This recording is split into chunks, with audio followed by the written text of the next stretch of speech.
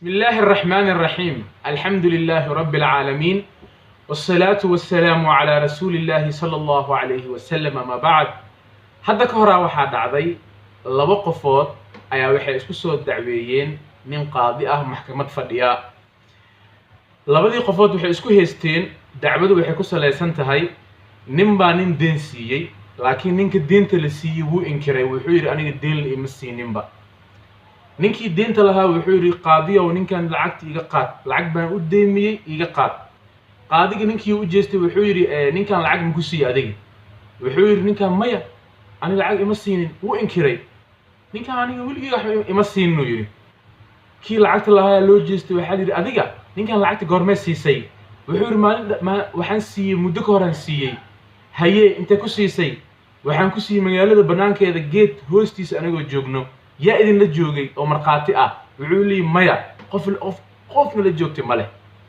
ninkii qaadiga ah waa fikiray, ninkii lacagta lahaa wuxuu ku yiri warniyo lacagta ama geed kale kaaga hoos dhacdo ninka aadan siinin.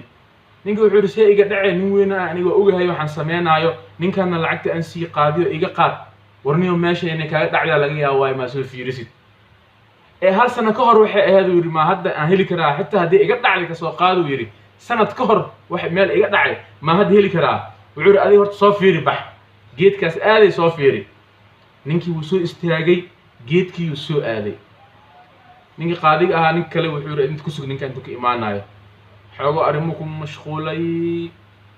markii dambe qaadiga wuxuu u soo jeestay kii deenta inkirayay. wuxuu yiri nin waxaan ku weydiinaa qiyaas ahaantaada saacaddan ninka ma laga yaabaa inuu geedka gaaray?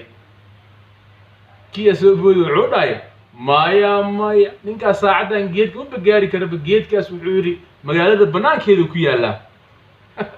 markaasuu yiri ninkii qaadiga ahaa reer tuug baa tahay oo lacagta adaa ninka ka deensatay waana ku inkirsan tahay geedka inuu magaalada banaankeeda ku yaalo uu dheer yahay see ku ogaatay? sidii ninkiisa iskugu cadeeyay banaanka iskeenay in lacagta isaga uu qabo waan laga qaaday.